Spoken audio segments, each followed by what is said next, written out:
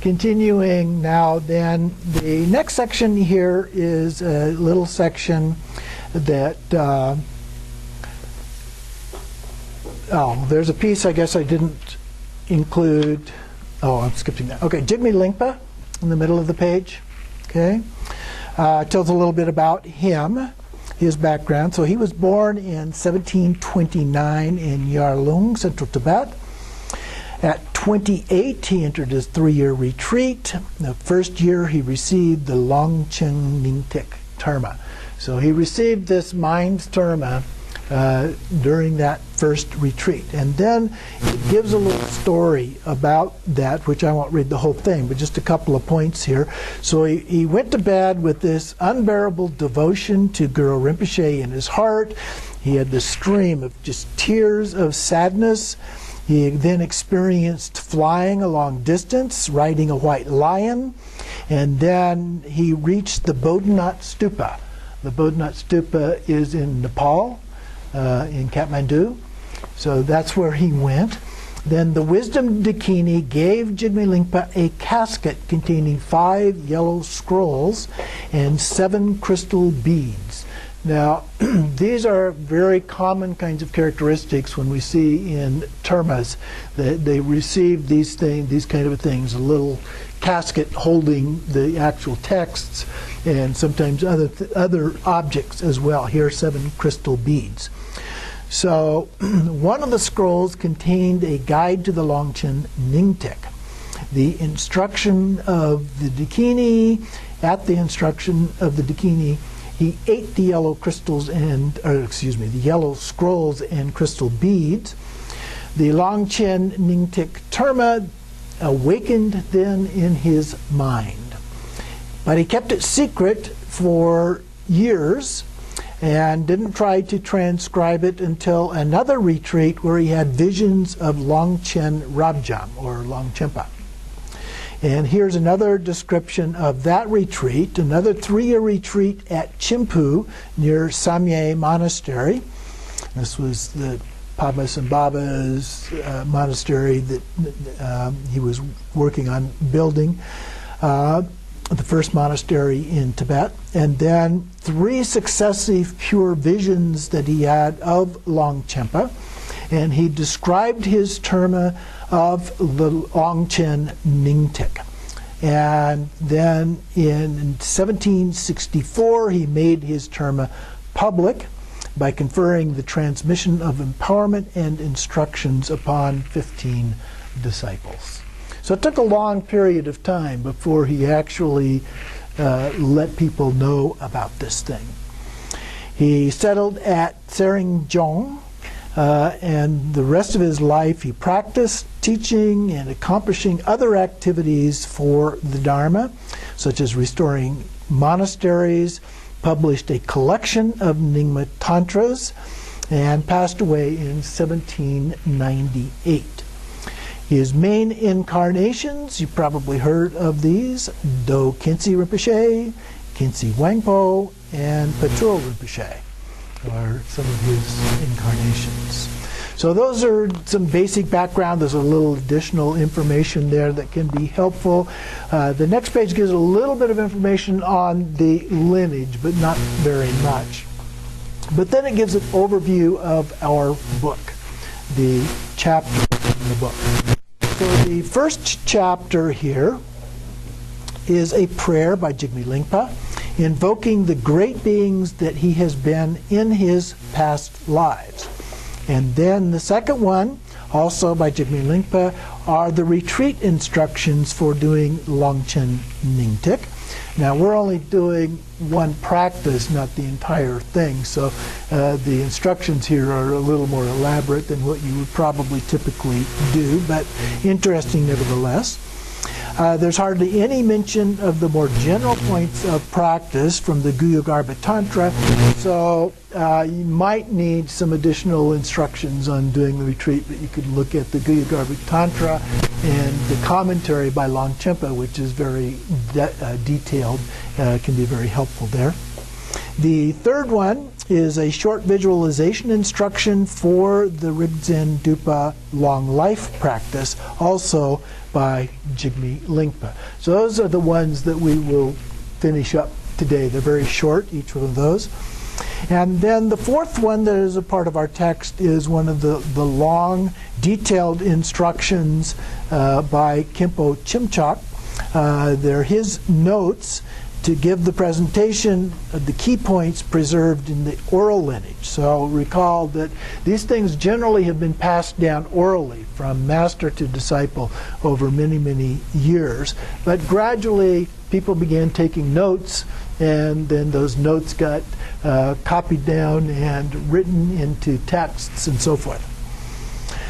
To give the presentation of the key points that were preserved in the oral lineage, and also explains how to do the actual practice. There are also some general points about the retreat. The fifth one then is the second detailed commentary. And these match up pretty well section by section from the sadhana. But there are a few differences here and there, and some of the commentaries are slightly different. So this is a transcript of oral teachings that he gave that borrows from Guru Rinpoche's Garland of Views and Patrol Rinpoche's Melody of Brahma on the general principles. So Tukul Tempo, who is the one doing this, explains the words while adding a presentation of the way to practice each section of the sadhana from a Dzogchen perspective. So he gives in there actual instructions for doing that particular section in that particular way, as well as that kind of a combination of Ati and Maha that was talked about a little bit earlier today. So then the sixth one is the Patrol Rinpoche's Drupcho instructions. I don't know if that's the same as a Drupchen or not. I suspect it is, but I don't know that it is. The Drupcho is an elaborate Vajrayana practice that's done over several days. And here it gives the Chopan instructions for doing that. But again, there's a lot of things in here that it assumes that you know in order to do that. So those are not explained at all. So even though it gives those instructions, unless you've got a strong background in doing those kind of things, it's probably not very helpful. But it's interesting to look at. And then the seventh one, the last one, is the Jemgang Control's empowerment text. So it actually has the actual empowerment text translated here. It expands on the original empowerment conferring majesty and includes in one text all the prayers and practices that must be meditated upon to give the empowerment. So these are the things that the Lama has to do to prepare to actually give the empowerment, not things that you need to do. Making it easier for masters giving the empowerments. But how it's helpful to us is we typically get those empowerments just as the way Jigme Lodro did when he gave the empowerment in Tibetan with almost no commentary. And so having this empowerment, we can get a better idea of what it was that we received as a part of that. The book also contains a translation of the Rigdzin Dupa sadhana itself. It's actually in that 5th chapter commentary that we mentioned before, but it's broken down into sections, and when we get a little closer to that, I'll give you a copy of one where I actually transcribed all of that into a single sadhana text, along with the one that he mentions, the sadhana from the Dzogchen perspective. So you'll get two different sadhanas, one the regular sadhana that's mentioned there, as well as the one from the Dzogchen perspective. And then he says, and there's also a translation of the Melody of Brahma that he quotes almost entirely. So it's not all there, but quite a bit is there as a part of that. So, having done that, then we'll skip over the other parts here. He goes through and gives some other biographical information on different people and so forth. Talks a little bit about the actual translation process that they went through. So the next one that we have then is the prayer to the Rigdzin Jigme Lingpa, invoking his previous incarnation. So this is kind of a prayer to himself, if you will. But actually it's a prayer to his previous incarnations. And so this goes through protector, Lord presiding over the whole of samsara and nirvana, Samattabhadra, whose very essence is the ground continuum, the Sugatagarbha, Avalokiteshvara, the manifestation of the union of emptiness and compassion, and Garab Dorje, to you we pray. You manifested as the son of the king Krikri in the presence of Buddha Kashyapa and Nanda, and the younger brother of kinsman of the sun, that's Shakyamuni Buddha, as a Karamati emanated by King Songtsen Gampo and King Trisong Detsen, to you we pray. Mahasiddha Varupa and Princess Pematal, Vihardara in person, Venerable Gyatse Larje, the king of Zahor, Drime Kundan, Yarje Ogden Lingpa, the young moon who is Gampopa, Jetson Drakpa Gyaltsen, to you we pray. Samyepa, who is Longchenpa, the great manifestation of Mahapandita Vimilamaitra, Nari Pachin Chogyal Puntak, Yashi Topgyal, Zamling Dorje, and Jigme Lingpa, to you we pray. Later, manifesting as Yeshe Dorje, you will uphold the tradition of the Vajra essence teachings and once again display for abusers and calumniators all manners of manifestations, to you we pray. In brief, you generated bodhicitta in front of Buddha Kashyapa, then perfected the supreme training of the Bodhisattva's conduct, and finally completed victorious, you attained Buddhahood. May we be reborn among your foremost students. May we see whatever you do with faith and devotion, and repeatedly bring your visage to mind. May we never be separated from the Supreme Lama and attain complete enlightenment in one mandala. So his prayer to all of those that led up to his ability to do that translation. We continue on then with the second chapter, the Casket of Cities. This is called a recitation manual for the Rigdzin Dupa.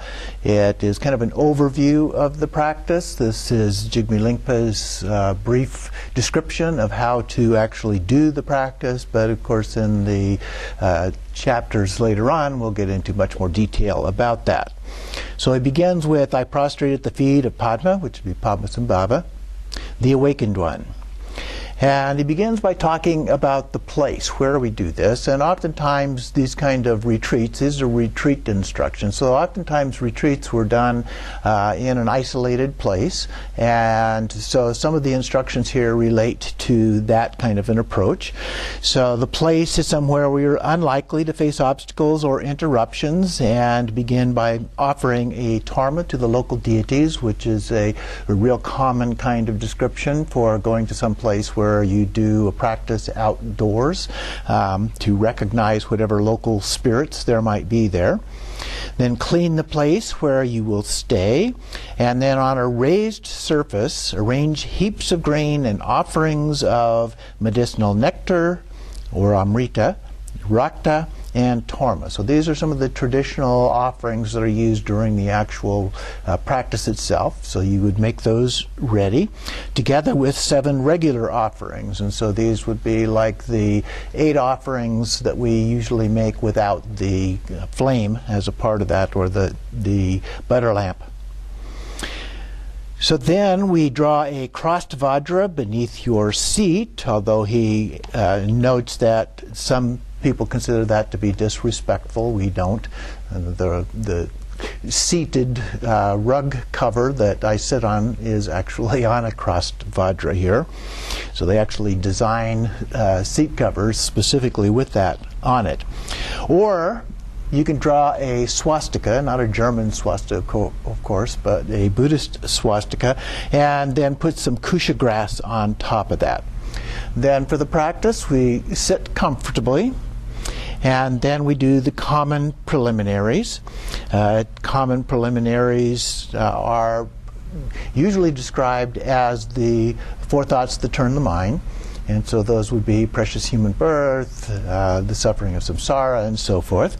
But here he goes on to a special emphasis on the four empowerments in Guru Yoga, which are in the uncommon. And those would be the refuge, bodhicitta, and so forth on up through Guru Yoga. And then purify any impairments or breakages of samaya. Now, that is done through the Guru Yoga practice, so that's a good reason for doing the preliminaries as preliminary to any practice that you do.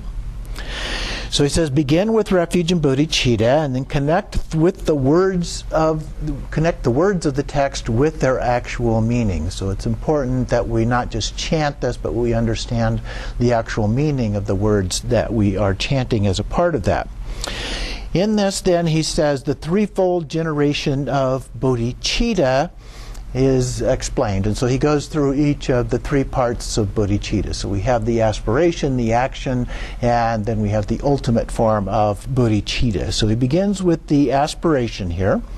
There's a quote, I will accomplish the practice of the Guru for the sake of all sentient beings, each of whom has been my very own mother in the course of our past lives. So there's a variety of ways that can be done, but that is a good short approach to that. And then the action bodhicitta are the things that we do for the benefit of others.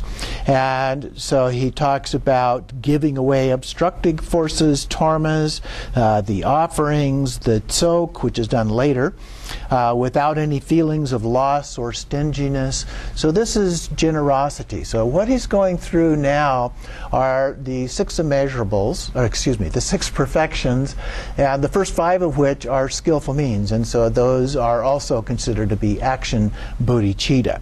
And so the first one is generosity. So when we do these different things, make these offerings, that's a form of generosity. And then not forsaking various pledges that we have made, for refrain from things like going outside the boundaries that we set for the retreat, or letting others in, to keep silent, never leaving the retreat under any circumstances, and regardless of any problems or setbacks. So what he's talking about here, we make these pledges, and so these represent, not breaking those pledges represent the ethical aspect of the six perfections. So then he talks about enduring hardship by keeping to your original pledge, and then the 4, 6, or however many sessions a day that you had intended to do, that represents patience as a part of this. The next one is no indolence or laziness, and doing things that are necessary to do during the breaks between sessions, and this represents the diligence. Then he continues on, concentrating on the 5 senses, the clear appearance of the supporting palace and its supported, the deities, so that all ordinary thoughts and perceptions are overwhelmed, and not falling prey to even the slightest distraction is meditative concentration. The 5th one. So those are the first 5, the skillful means, the relative aspect of bodhicitta, or the action bodhicitta. And then, not practicing the generation phase with an ordinary frame of mind, but instead allowing the visualization to unfold naturally and spontaneously in an unaltered nature of reality is the wisdom aspect of the 6 perfections. So then we want to apply those. That serves as the bodhicitta in action, and the absolute bodhicitta is applied whenever all of this is embraced by an awareness of what is beyond the ordinary conceptual mind. So he adds that other touch there to the wisdom aspect as the ultimate aspect of bodhicitta. Then he continues on with another analogy here. He talks about the 7-branch practice. We talk about the 7-branch prayer. So this relates to that. And if you recall, that includes prostrations, offerings, confession, rejoicing, turning the wheel of Dharma, asking them to remain, and the dedication of merit. So those are the 7. And each of those become antidotes for some other thing, but we won't go into that right now. You can look that up. And then for those of the highest capacity, Dzogchen, practice of Togao, would be the appropriate thing to do. But he points out that that would be very rare for somebody just starting in particular, this particular practice. And so to find anyone capable of that practice would be very rare. Those on an aspirational level should then train their minds to gather the accumulations through the 7 branches in a more general way, so the way that we are more normally taught to do those things. Next, we carry the termas outside. We visualize the boundary markers in the 4 directions, 4 cardinal directions, and together with the 4 kings and the 75 glorious protectors, those are then marked as a part of that. There's a specific ritual that we'll look at a little bit later for doing this. And so then we recite accepting this terma and so forth. We offer the terma and consider that it pleases the deity, and those who remain guarding against any obstacles. So we then seal the door, so that seals our retreat. So then we're not to go out of that door, and we are not to allow anybody to come in during the period of the retreat. Now, we normally don't do sealed retreats here, partly because our facility does not accommodate that. The restrooms are outside of our doors and into public spaces to get to those and so forth. So we usually don't do sealed retreats because of that. So there are different ways of doing those. It is a serious fault to break your retreat. Do not allow yourself to become too careless or relaxed, to wander outside for leisurely strolls and so forth. Then he talks about the circle of protection. Here he calls it the protective tent. The foremost protective tent, to bring that about, we recognize that our mind is beyond arising and ceasing. Obstructing forces have no reality. And if beyond your conceptual mind, we visualize Vajras of various sizes and shapes. So if you can't just recognize the protective circle, then you recognize it in the more traditional approach, which is a series of Vajras of various sizes that are totally compacted together so that nothing can penetrate in or out. So this then forms a great tent similar to an iron helmet that is tightly closed. Conceptual thoughts are the obstructing forces, which are temporary, while the indestructible Vajra sphere is the actual nature of things, which is unchanging. Next, we have the descent of blessings, which is fairly easy to understand. It's not a practice of generation through the 3 samadhis. In this case, the lower yogas do that. This follows a version of Ana Yoga, or completion stage practice. All phenomena are awakened out of basic space, or emptiness.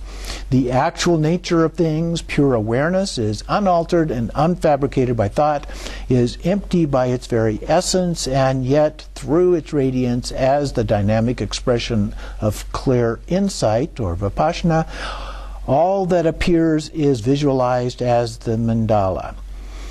And so this is the view that we normally would take on this. So if we can just visualize it from the point of view of Dzogchen, we can do that as pure awareness, and that's all that is required. Otherwise, requires a little bit more conceptual kind of an approach to this. So the center referred to here is the deities, the supported deities. The periphery is the supporting palace and all of its various aspects. And so that includes, during the visualization, the 4 corners, 4 doors, the steps, and so on. as well as the pure qualities that are the factor of enlightenment, beginning with the 4 applications of mindfulness and some various symbolism with the number 4 here. And then the symbolic images and their significance can be seen in other texts. He mentions the Great Chariot for one. The supported deities are generated in the center of the supporting palace, purifying habitual tendencies associated with birth through warmth and moisture. He mentions the 4 kinds of birth, but here we're applying it only to the 2, warmth and moisture.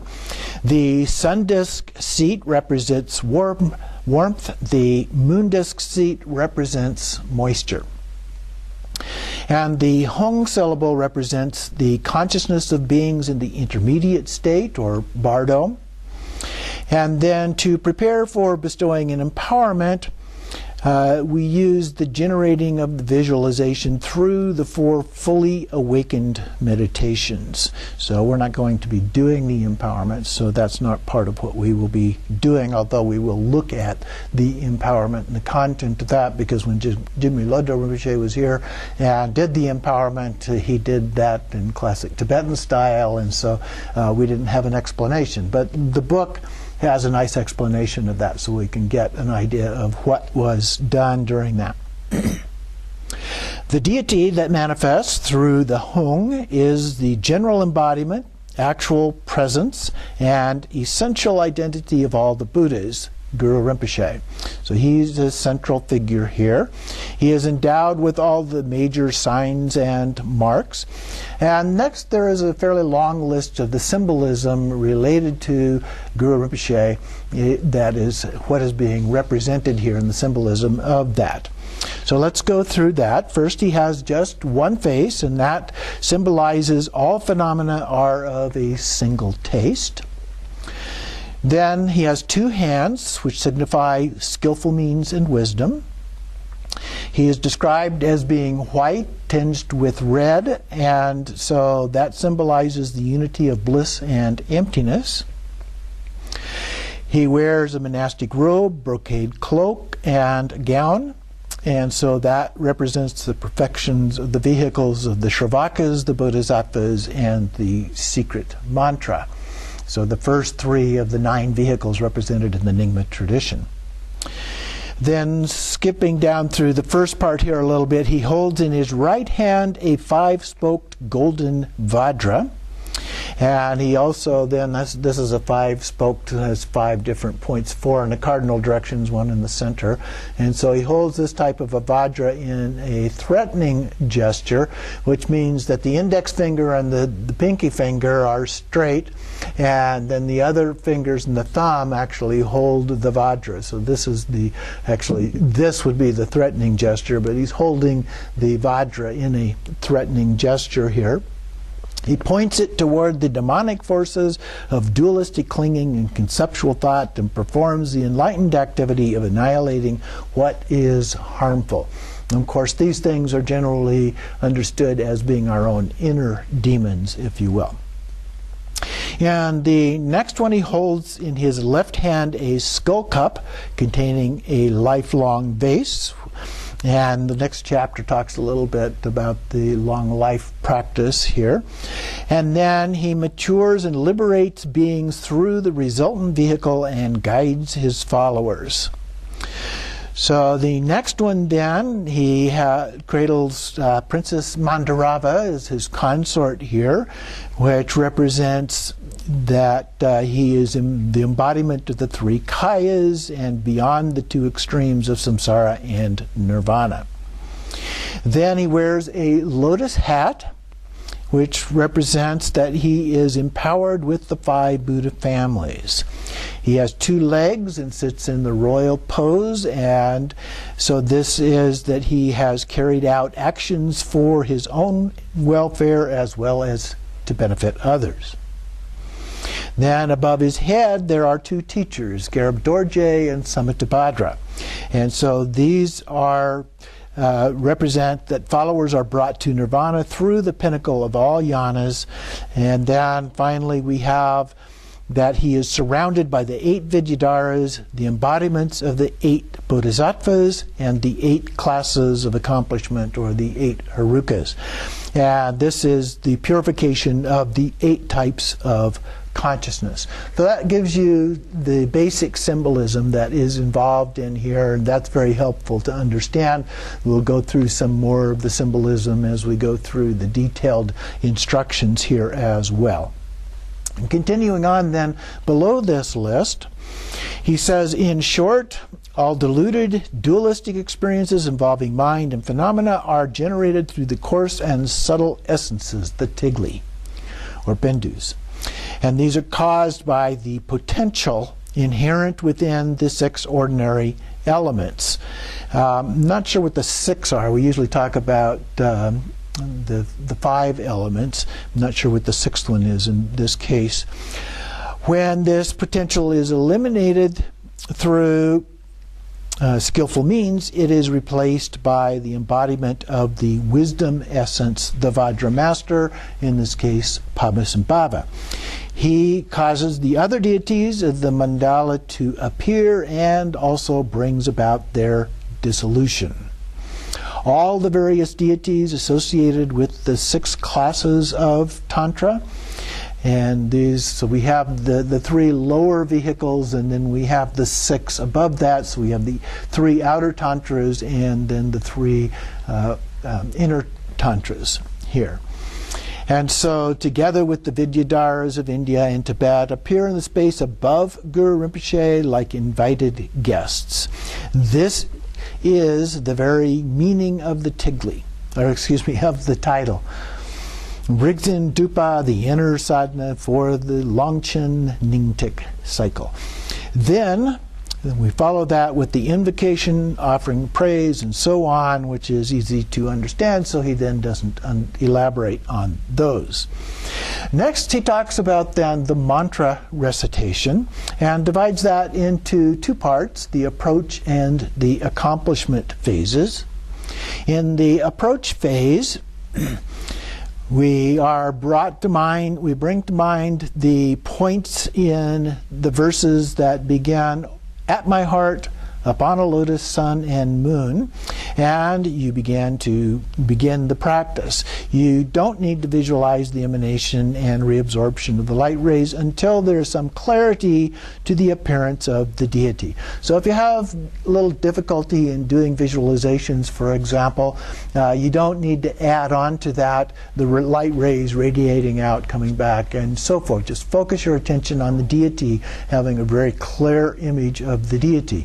You can use a photograph if you need to for that. Or if the word visualize is problematic for you, perhaps the word imagination, or imagine that the deity, or that you are the deity, as the case may be.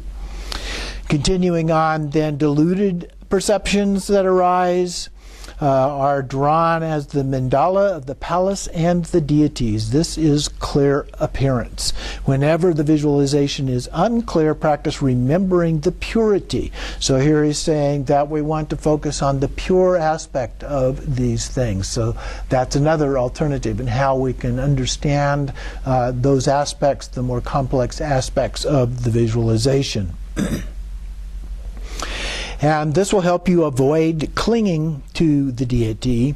So seeing, hearing, or thinking in an ordinary way does not qualify as the approach. So then he gives these 3 examples. All sights and grasping at them are perfected as the mudra of the deity's forms. So the deity themselves. All sounds are purified into the great bliss of the mantra. So they become the mantra. All thoughts are matured into the clear light dharmakaya, the wisdom aspect. So body, speech, and mind are all included as a part of that.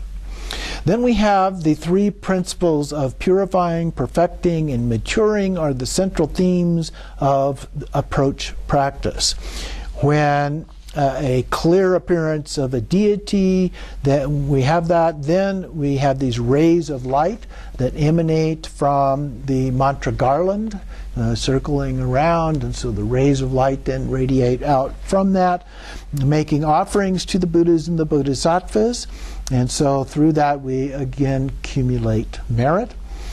The light then reconverges or dissolves back into you, and you purify the 4 types of obscurations, receive the 4 empowerments, and realize the 4 kayas. And it's the same thing that we do when we do our Guru Yoga on Sundays.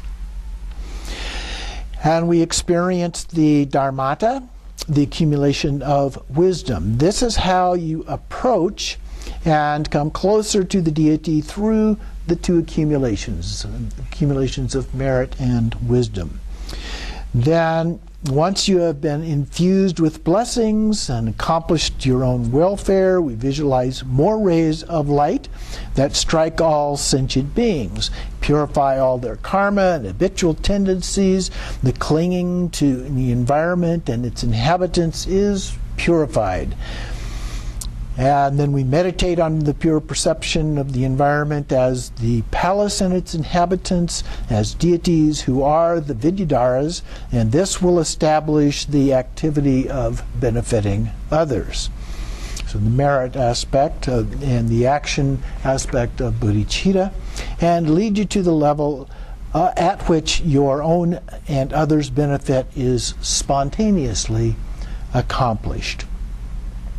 Now, when we're doing these rays of light, different sadhanas will be a little bit different. This is the way that is usually described. It goes out as an offering to the Buddhas and the Bodhisattvas, comes back as a blessing, then it goes out to the sentient beings who are purified, and then they are transformed into the form of the deities, and then they join as a part of that. Occasionally you'll see it in the reverse order, where you'll have the first light rays going out to the sentient beings, and then coming back and then going out to all the Buddhas and Bodhisattvas who are invited then to come and join us.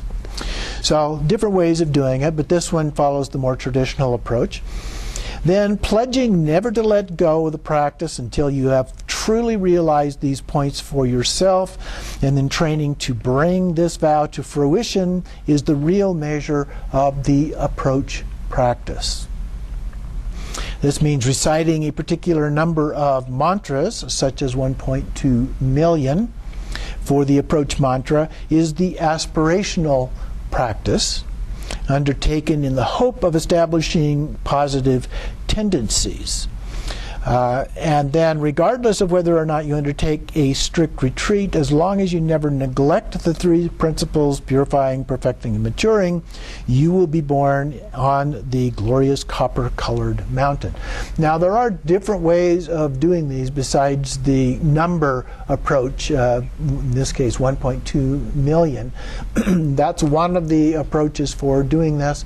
But sometimes the better approach is to do it until you master or accomplish the practice itself.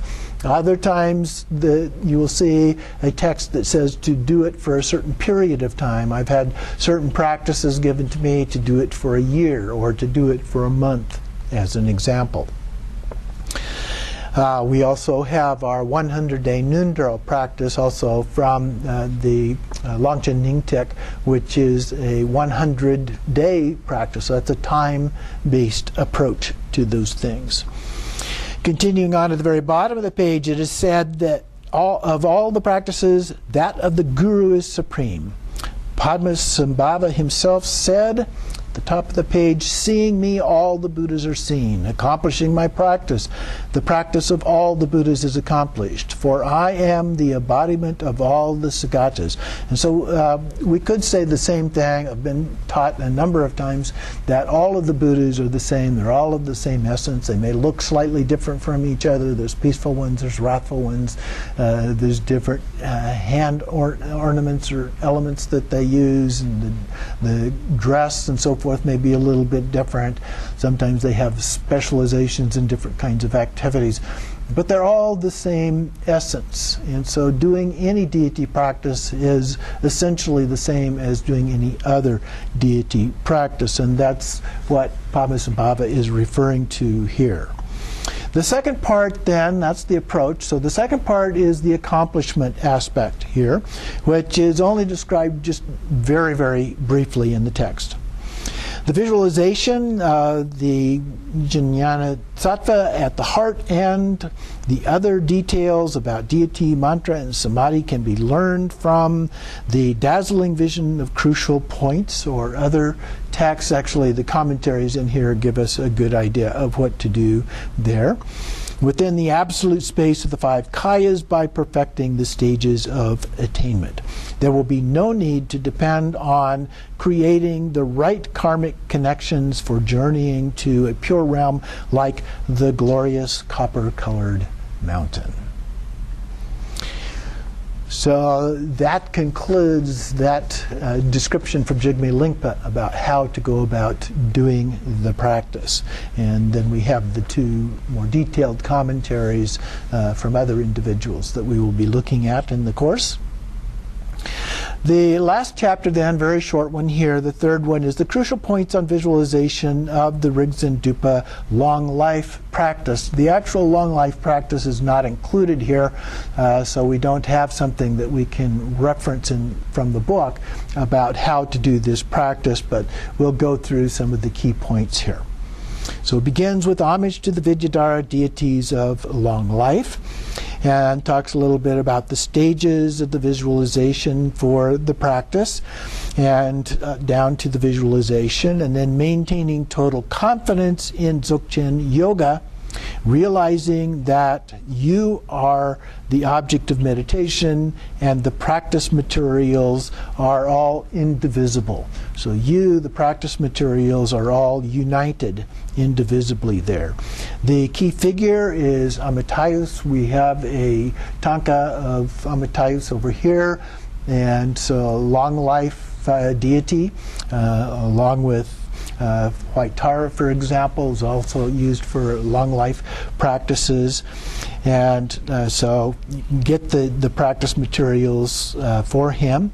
And then at his heart is the syllable Hri. And then there's on a sun and a moon, and the mantra garland turns around that.